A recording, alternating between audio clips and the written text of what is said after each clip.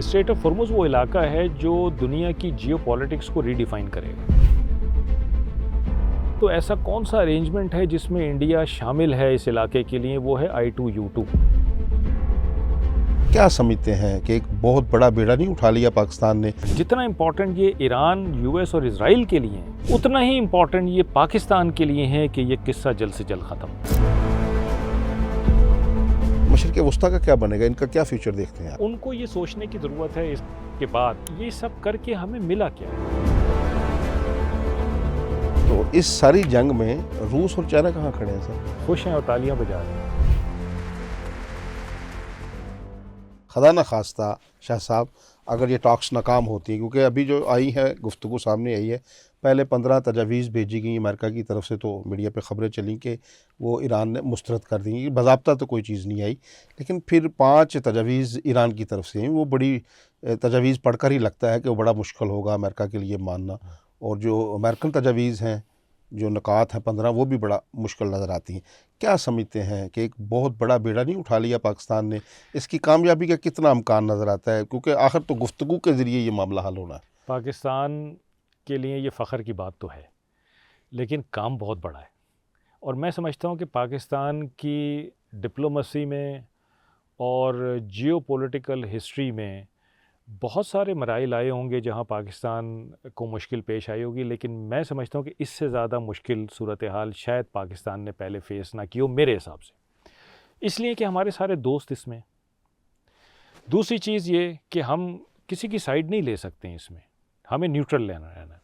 तीसरी चीज़ ये कि जो हमारा एक पॉलिटिकल स्टेचर है, जो हमारी एक स्टैंडिंग है, मई 2025 के बाद तो है ही, लेकिन हम दुनिया में 7वीं न्यूक्लियर पावर हैं। हम मुस्लिम दुनिया की वाहिद न्यूक्लियर पावर हैं, ठीक है सर। ईरान के हम पड़ोसी हैं। जो कुछ आज वहाँ हो रहा है इस खित्ते में वो हम सह रहे हैं, जो यहाँ पे जंग के बाद रह जाएगा वो भी हमने सहना है। हम डायरेक्टली अफेक्टेड हैं। हमारा इसमें, हम पार्टी नहीं है लेकिन हम डायरेक्टली मुतासर हैं। हमारे स्टेक्स हैं। हमारी 90% से ज़्यादा ट्रेड सी से आती है, 80% से ज़्यादा हमारा एनर्जी रिसोर्स सी से आता है। हमारे कितने रेमिटेंसेस आते हैं मिडिल ईस्ट से। हमारी इकॉनमी डिपेंड करती है उस पर। हमारी इकॉनमी कोई बहुत अच्छी सेहत में भी नहीं है। हम बहुत ज़्यादा शॉक्स बर्दाश्त नहीं कर सकते। हमारा डायरेक्ट स्टेक है इसमें। तो हमारे लिए मैं समझता हूँ कि ये बहुत इम्पॉर्टेंट, जितना इम्पॉर्टेंट ये ईरान, US और इसराइल के लिए हैं, उतना ही इम्पॉर्टेंट ये पाकिस्तान के लिए है कि ये किस्सा जल्द से जल्द ख़त्म हो और पाकिस्तान इससे सुरखरू होकर निकले। मैं समझता हूँ कि पाकिस्तान को, ज़ाहिर बात है, ये इदराक है, हमारी जो लीडरशिप है उसको ये इदराक होगा यकीनन। पाकिस्तान अगर खुदा न खास्ता ये टॉक्स पिछली टॉक्स की तरह फेल हो जाती हैं, इनका हशर वो होता है जो ओमान की टॉक्स वाला, ओमान, तो फिर पाकिस्तान और ओमान में तो कोई फ़र्क ना हुआ। हमारा तो पॉलिटिकल स्टेचर बराबर हो जाएगा। तो पाकिस्तान तो कभी ये नहीं चाहता। तो मेरा ख्याल है कि पाकिस्तान के पास ये काबिलियत और सलाहियत मौजूद है कि पाकिस्तान इन तमाम पार्टीज़ के बीच में कोई राह निकाले। देखें, शुरू में तो हर कोई मैक्सिमलिस्ट पोजीशन लेता है ना। जब आप बार्गेनिंग भी करने जाते हैं किसी चीज़ की दुकानदार से, बिल्कुल, तो फिर इंतहाई पोजीशन ली जाती है, इंतहाई पोजीशन ली जाती है, है, आस्ता आस्ता नीचे है। तो पाकिस्तान ये समझता है, ये तो डोनाल्ड ट्रंप ने भी तस्लीम किया है कि जो ईरानी है मुज़ाकरातकार बड़े अच्छे हैं, जंग में इतने अच्छे नहीं है लेकिन मुज़ाकरातकार। ये मेरा अपना पर्सनल तजुर्बा भी है कि वो मुज़ाकरातकार बड़े अच्छे हैं और डिप्लोमेसी में बहुत तेज़ हैं ईरानियंस। अच्छा जी, बहुत तेज़ हैं, शार्प हैं, इंटेलिजेंट हैं, और वो इस मसले को कर लेंगे हल। लेकिन पाकिस्तानी भी कम नहीं है। आप देखेंगे कि हमारी तो औरतें कितनी बार्गेनिंग करती हैं, और देखें किस कीमत पे चीज़ लेकर आती हैं। 1000 रुपये की चीज़ वो 200 रुपये में ले लेती है। बिल्कुल, हम भी इतने बुरे नहीं हैं। अब सर बढ़ते हैं कि बिल्कुल ये कामयाबी के हमें कोशिश भी करनी है। देखिए, कोई मुल्क तो काविश कर, किसी ने तो आगे बढ़ना है ना। लेकिन कुछ लोग इस बात को इस तरह भी लेते हैं कि पाकिस्तान, हम तो सालसी की बात कर रहे हैं, कहते हैं पाकिस्तान अमेरिका की गारंटी कैसे कर सकता है, क्योंकि नाकाबिले एतबार है इसराइल। क्या हम गारंटर है या सालस है? क्या मेरा ख्याल है हम गारंटर हो ही नहीं सकते। देखें, इन टॉक्स में एक दो चीज़ें जो मुझे नज़र आती हैं, मैं आपके गोश गुजार कर सकता हूँ कि ये टॉक्स इस वक्त हो रही हैं इसराइल और अमेरिका के बीच में। इसराइल और अमेरिका, ईरान और अमेरिका के, सॉरी, ये टॉक्स हो रही हैं ईरान और अमेरिका के बीच में। अब ये टॉक्स ईरान और अमेरिका के बारे में नहीं है, ये टॉक्स इस खित्ते के बारे में और इसके फ्यूचर के बारे में। बिल्कुल सही, ठीक है। तो इस खित्ते में तो अरब ममालिक भी रहते हैं। इस खित्ते में सबसे बड़ा जो नुइसेंस है वो तो इसराइल है।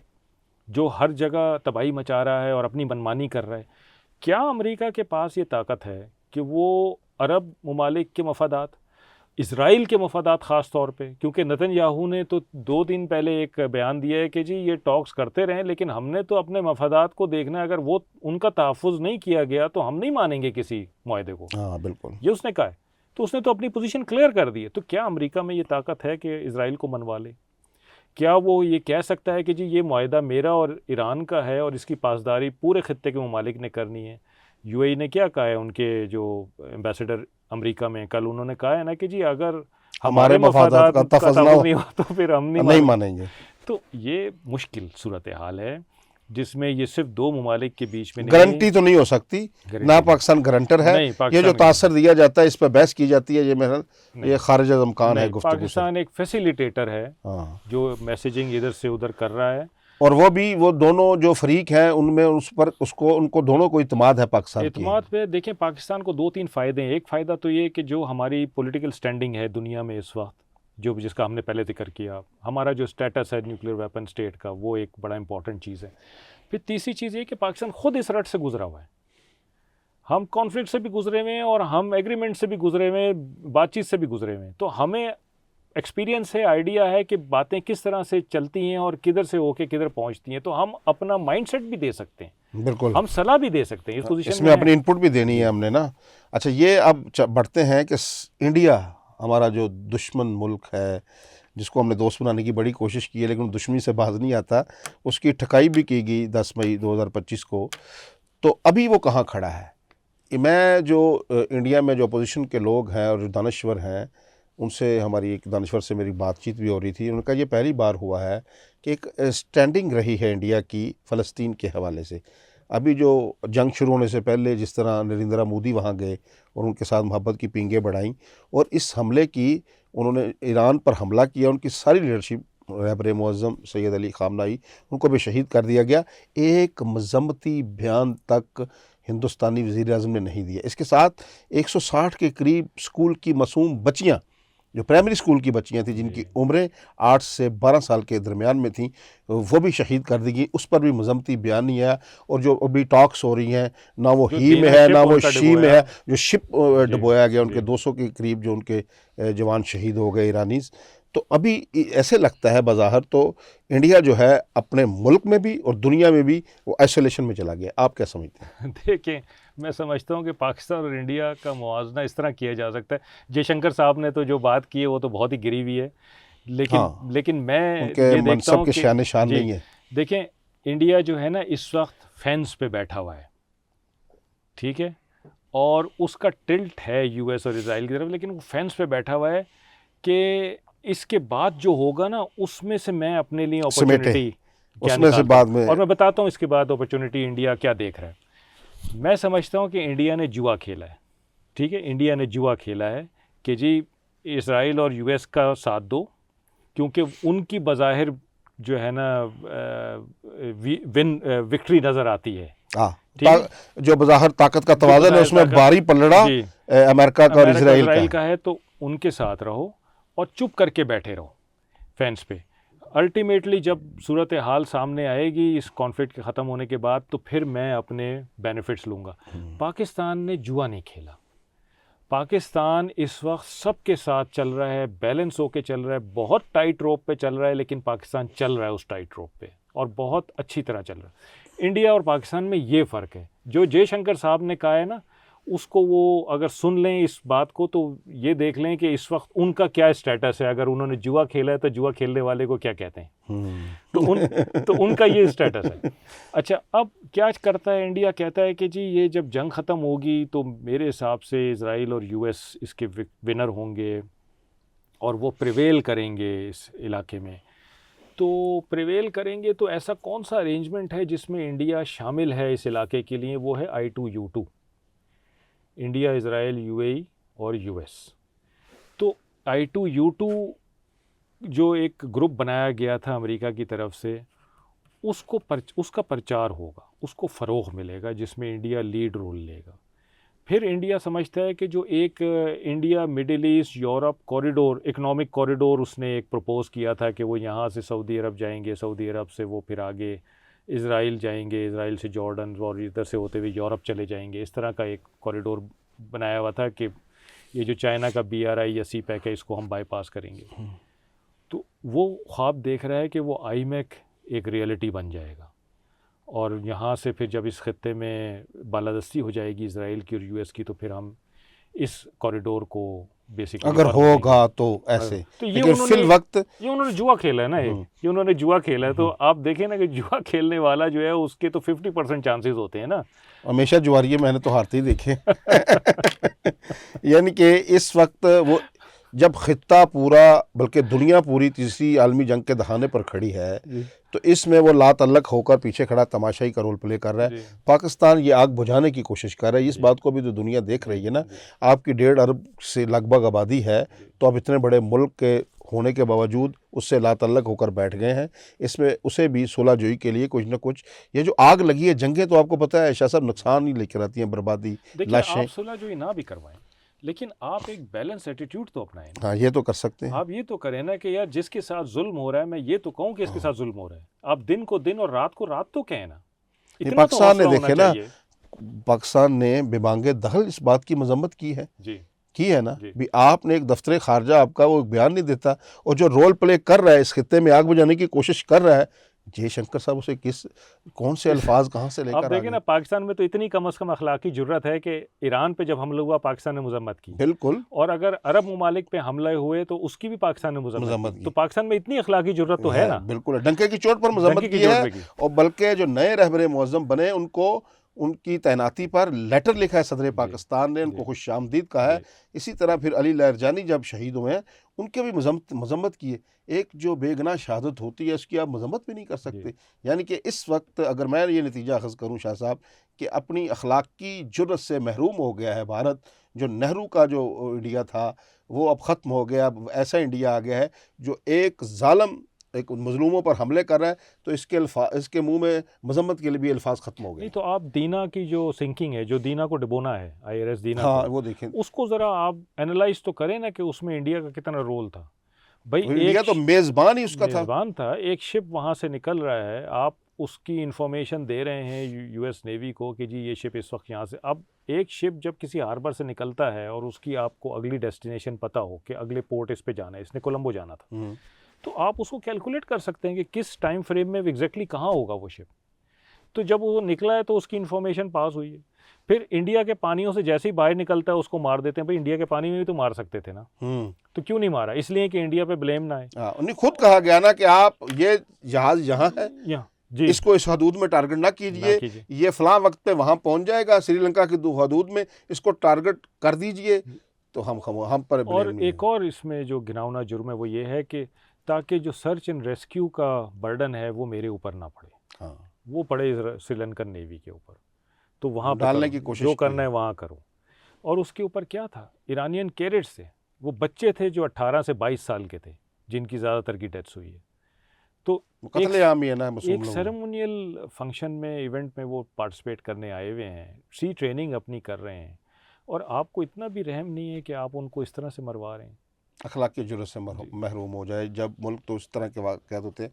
मैं समझता हूँ कि जब ये जंग ख़त्म होगी, इंशाअल्लाह ताला जल्द हमारी दुआएं ख़त्म हो जाए, तो फिर इस मुल्क जो जहाँ जहाँ इसमें बड़े लोग जो हैं उनको चेहरे पर नकाब उतरे हैं बड़े ममालिक के, तो आप नहीं समझते कि नए इत्तेहाद बनेंगे, नई चीज़ें सामने आएंगी? मैं समझता हूँ कि ये जो स्ट्रेट ऑफ हॉर्मुज़ है, जो मैं कई दिन से भी ये बात कर रहा हूँ, स्ट्रेट ऑफ हॉर्मुज़ वो इलाका है जो दुनिया की जियो पॉलिटिक्स को रीडिफ़ाइन करेगा। सुपर पावर कौन रहेगा, कौन किसके साथ अलाइनमेंट करेगा, कौन क्रेडिबल पार्टनर के तौर पे उभरेगा और कौन नहीं है क्रेडिबल पार्टनर, ये सब सवालात के जवाब आपको स्ट्रेट ऑफ हॉर्मुज़ बताएगी कि ये किसके पास जाती है। ये किसके पास है। आपने सुपर पावर का जिक्र किया, तो इस सारी जंग में रूस और चाइना कहाँ खड़े हैं सर? खुश हैं और तालियां बजा रहे हैं। किस बात पे तालियां बजा रहे हैं? कि अमेरिका बुरा फंसा है? देखें, जाहिर बात है कि एक तो अमेरिका, चाइना की अगर पहले हम बात कर लेते हैं, कि चाइना खुश होना चाहिए उसको, क्योंकि अमेरिका की तवज्जो सारी इस तरफ हो गई है। जो उसका पैसा यहाँ लग रहा है, जो उसको ज़ख़म यहाँ से मिल रहे हैं, चाइना को खुश होना चाहिए। जो उसने पैसिफिक से अपने एसेट्स निकाल के यहाँ लगाए हैं, चाइना को खुश होना चाहिए। ठीक है। उसके अलावा जिस तनकीद का सामना यूएस को दुनिया भर में हो रहा है और उसका जो एक स्टेचर डेंट हो रहा है, चाइना को खुश होना चाहिए। चाइना का 30% तेल और 33% गैस यहाँ से जाते हैं स्टेट ऑफ हॉर्मस से। स्टेट ऑफ हॉर्मस से। चाइना को कंसर्न भी होगा यहाँ पे, लेकिन वो ये बर्दाश्त कर लेगा, अमेरिका को फैंटी लगे वो ये बर्दाश्त कर तो लेगा। चाइना मेरे ख्याल है। अच्छा, रूस के लिए क्या फ़ायदा हुआ कि सैंक्शंस हट गई हैं और वो अपना तेल धड़ाधड़ महंगा करके बेच रहा है, तो जो उसका पिछला डेट था वो सारा उतर रहा है, उसको जो अच्छा। लॉस था वो फ़ायदा हो रहा है। लेकिन रूस और चाइना मैं समझता हूँ कि उनके लिए, मुझे नहीं पता वो कैसे सोचते होंगे, लेकिन मैं समझता हूँ कि अगर मैं उनकी जगह हूँ तो मेरे लिए नादिर मौका है कि अमेरिका यहाँ फंसा हुआ है, और इसको हाथी निकल को ना नद दिया डली जाए। हुई है जी, बैल को नद डली हुई है कहते हैं। तो मैं जाने नहीं दूंगा अमेरिका को यहाँ से। अगर आप उनकी जगह होते जाने नहीं देंगे। कोई रूस या चाइना ईरान की कोई अमली मदद भी कर रहे हैं, आप समझते हैं? देखिए, खुल के तो नहीं कर रहे, लेकिन खबरें तो आ रही हैं कि इस जंग से पहले भी कुछ बहुत सारे जहाज़ आए थे, जंग के दौरान भी आते रहे हैं जो कि कुछ सामान लाते रहे। मुझे नहीं पता फ्रैंकली कि क्या मदद की है, लेकिन जाहिर बात है कि बेदू सैटेलाइट सिस्टम इस वक्त ईरान यूज़ कर रहा है, ये तो खुलेआम ओपन सोर्स पे मौजूद है, तो उसकी वजह से जो टारगेटिंग है उनकी बड़ी एक्यूरेट है, क्योंकि जीपीएस तो वो यूज़ नहीं कर सकते। उसके अलावा अगर आप देखें तो 4 दिन पहले रशिया से एक स्टेटमेंट आई थी कि हम ईरान की टेरिटोरियल इंटेग्रिटी और सॉवरेनिटी के लिए उसके साथ हाँ, बिला ये मशरूत, गैर मशरूत कथा तरीके से कलामी खड़े की हैं। मादत क्यों ये आई थी? जब अमेरिका ये कहता है कि खार एयरलैंड पे मैं कब्जा करूंगा, जी, एक तो ये बताइए कब्जा कर सकता है, अगर वो आया तो क्या रूस बीच में आएगा फिर? देखें, खार्ग आइलैंड जो है वो एक फैसिलिटी है, वो फैसिलिटी है कि वो जो मेजर रिफाइनरीज़ हैं उसके साथ कनेक्टेड है पाइपलाइन के ज़रिए, और वहाँ से तकरीबन 90% ईरान का ऑयल एक्सपोर्ट होता है।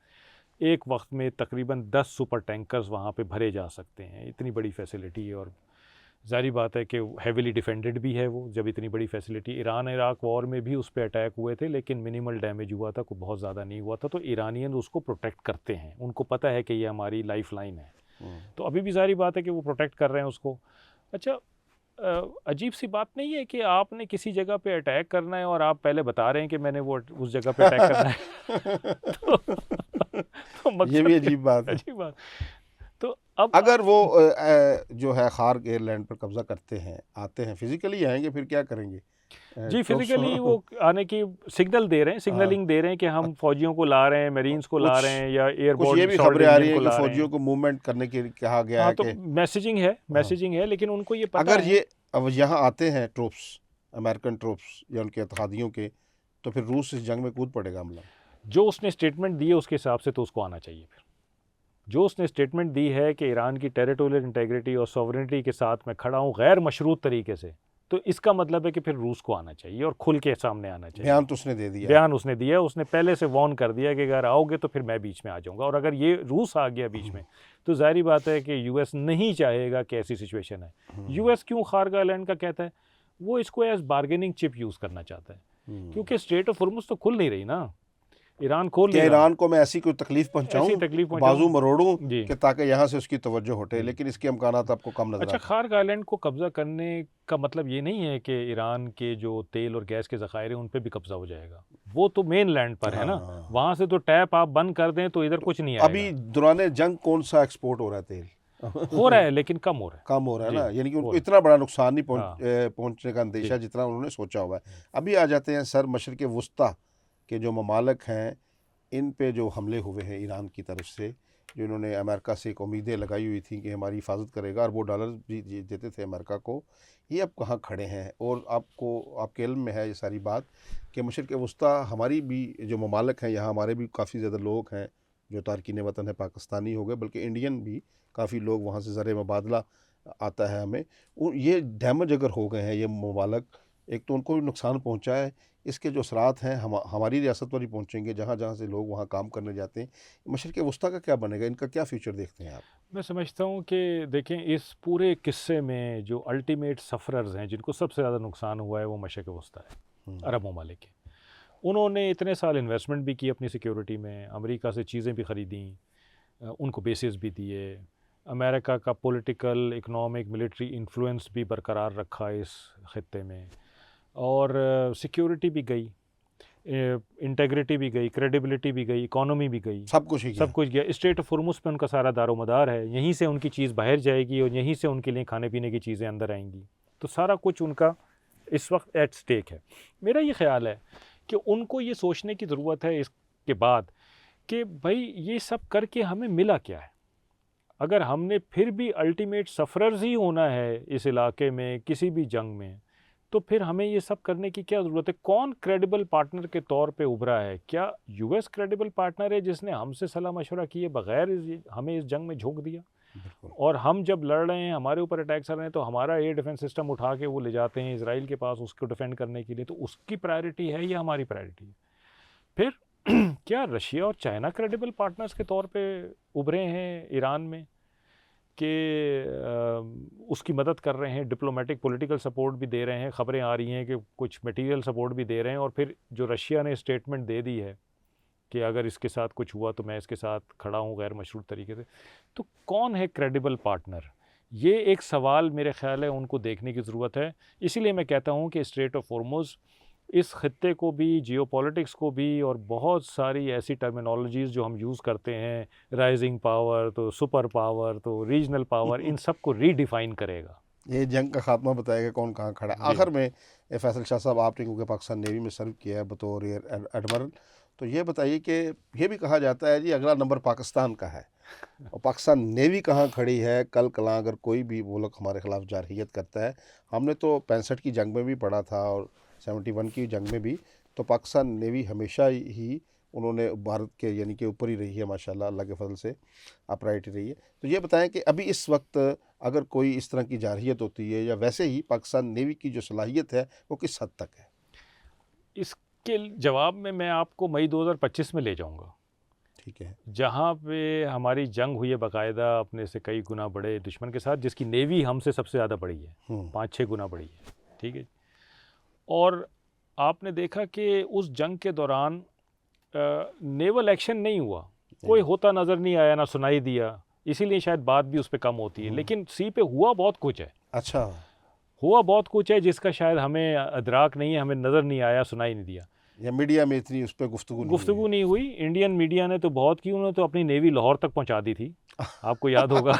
लेकिन बगैर समुंदर के क्या नेवी ज़मीन पर भी आ सकती है, ये जो उनके बहरी बेड़े? तो उनकी नेवी 400 मील, 400 नॉटिकल माइल, जो कि 700 किलोमीटर बनता है, उससे एक कदम आगे नहीं बढ़ सकी पाकिस्तान के करीब आने के लिए, जिसमें एयरक्राफ्ट कैरियर भी था जो उनका मतलब फ़ख्र है, न्यूक्लियर सबमरीन भी थी, उसमें बेतहाशा मॉडर्न जहाज़ भी थे, उसमें ब्रह्मोस मिसाइल भी था, उसमें सब कुछ था। लेकिन वो 700 किलोमीटर से आगे नहीं आ सके। वो आ सकते थे। देखिए, अगर मैं इंडियन लीडर होता या कमांडर होता, मैं देख रहा था कि एयर में और लैंड पे मुझे नुकसान हो रहा है, तो जहाँ मैं मजबूत हूँ वहाँ बढ़ना चाहिए, वहाँ से मैं एक फ्रंट को अटैक करूँ और अपने नुकसानात पूरे करूँ।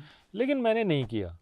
और मैं कहता हूँ कि जी अब सिंदूर 2.0 करूँगा तो मैं वहाँ से करूँगा। तो भाई जिस वक्त मौका था उस वक्त तो किया नहीं। क्यों नहीं किया? लड़ाई के बाद आने वाला मुक्का अपने मुंह पर मार लेना चाहिए। तो क्यों नहीं किया? इसलिए कि देखें, जो भी कमांडर होता है ना, वो कोई कैंपेन करता है उससे पहले कैलकुलेशन करता है। मैंने आपके खिलाफ एक्शन करना है ना, तो मैं ये देखूंगा कि मैं तो ये कर दूंगा, जवाबन क्या होगा, क्या होगा। तो जब उन्होंने वो कैलकुलेट किया होगा तो उनको पता चला होगा कि 5 गुना ज़्यादा नुकसान होना है, 5 गुना ज़्यादा नुकसान। वो आप तिजारत में ले लें, वो आप पोर्ट एंड हार्बर में ले लें, वो उनकी नेवी का ले लें, किसी भी तरह का आप मैट्रिक्स बना लें, 5 गुना ज़्यादा नुकसान पाकिस्तान नेवी करने के काबिल थी और तैयार खड़ी थी कि इस दफ़ा ये आगे बढ़ें तो एयरक्राफ्ट कैरियर को हमने डिबो देना है, ताकि हमेशा के लिए इनकी जो उनका वहम है वो दूर कर दिया जाए। तो वो नहीं बढ़े। उनको पता था कि पाकिस्तान नेवी 90% इस वक्त ब्रांड न्यू नेवी है, ब्रांड न्यू। हमने जो पिछले 3-4 साल में जहाज़ लिए हैं तुर्की से, रोमानिया से, चाइना से, लेटेस्ट हैं, उन पे लेटेस्ट इक्विपमेंट है, लेटेस्ट वेपन सिस्टम्स हैं, और हमारी रीच इस वक्त जो हमें चाहिए अपना काम करने के लिए उससे बहुत ज़्यादा है। इसीलिए इंडियन नेवी को हमने 700 किलोमीटर से करीब नहीं आने दिया, तो जरूरत नहीं हुई है। जो 8 अभी हम सबमरीन्स ले रहे हैं चाइना से, उसका इतना खौफ है इंडिया में कि आजकल आप अगर बातचीत सुने तो वो उसी पे लिखे चले जा रहे हैं कि भाई अभी उनकी ये काबिलियत है, जो 8 सबमरीन्स आ गई तो क्या फिर क्या होगा। होगा? तो खातिर जमा रखिए कि अल्लाह अल्हम्दुलिल्लाह नेवी बिल्कुल अपने मकसद, अपने जो काम है उस पे गामजन है। आप देखिए कि इस सिचुएशन में जो कॉम्बैट सिचुएशन चल रही है, जहाँ पे मिसाइल उड़ रहे हैं, रॉकेट चल रहे हैं और गोलियां चल रही हैं, नेवी अपने जो मर्चेंट शिप्स हैं उनको बाहिफाजत लेकर आ रही है उस खित्ते में से, बचा के कि इन पे कोई आँच ना आए, कोई चीज़ ना हो, ताकि हमारे लोगों को प्रॉब्लम ना हो। आपकी 90% से ज़्यादा आपकी ट्रेड वहाँ से आ रही है, 80% आपका तेल गैस आ रहा है। तो अगर खुदा ना खास्ता एक दिन का भी गैप आ जाए तो आपके मुल्क में प्रॉब्लम हो जाएगी। अभी देखें गैप नहीं आया है तो हाँ, प्रॉब्लम तो शुरू हो गई, बिल्कुल सही कह रहे हैं। लेकिन आगे वो हो सकते। इसमें नेवी का जो रोल है, एक कोर ऑब्जेक्टिव ये है कि हमारी ट्रेड ज़माने अमन ज़माने जंग दोनों में चलती रहे। मई 2025 में देखें, कोई आपको पेट्रोल की किल्लत हुई, नहीं हुई। कोई आपको खाने पीने की किल्लत हुई, कोई खुर्दनी तेल की किल्लत, कुछ नहीं हुआ, क्योंकि आपकी ट्रेड चल रही थी। और इंडिया सामने पाकिस्तान जो खड़ा नेवी था, है वो अलर्ट खड़ी खड़ी थी। अपने जी, समुद्रों में। तो ये है नेवी, आज की पाकिस्तान नेवी। जो अगर इंडिया कहता है कि जी हम आगे बढ़ रहे हैं, अपनी नेवी डेवलपमेंट कर रहे हैं, तो पाकिस्तान नेवी भी आज यहाँ नहीं खड़ी होगी, कल वो भी यहाँ से आगे जा चुकी होगी। तो वो जो गैप है, वो गैप कोई बढ़ने वाला नहीं है दोनों में, तो ऐसी कोई फ़िक्र की बात नहीं है। कोई फिक्र की बात हमें अपनी नेवी पर, मसल्ह फ़ौज पाकिस्तान पर हमें फ़ख्र होना चाहिए और पाकिस्तानी को होना चाहिए। नाज़रीन, इंशाल्लाह। आपने रेयर एडमिरल रिटायर्ड जनाब फैसल शाह साहब की बड़ी तफसील से रोशनी डाली है। उन्होंने मशरिक़ वस्ता के हालात पर जो अभी मुज़ाकरात हो रहे हैं, इनके हवाले से ईरान कहाँ तक वो स्टैंड कर सकता है, कितनी लंबी जंग लड़ने की सलाहियत रखता है, और ये सारी रोशनी उन्होंने, आपने सुनी होगी सारी गुफ्तगू। इस पर हमें अपना फ़ीडबैक ज़रूर दीजिएगा। अपने दोस्तों, अज़ीज़ व अक़ारिब सबका ख्याल रखिएगा। अल्लाह निगहबान।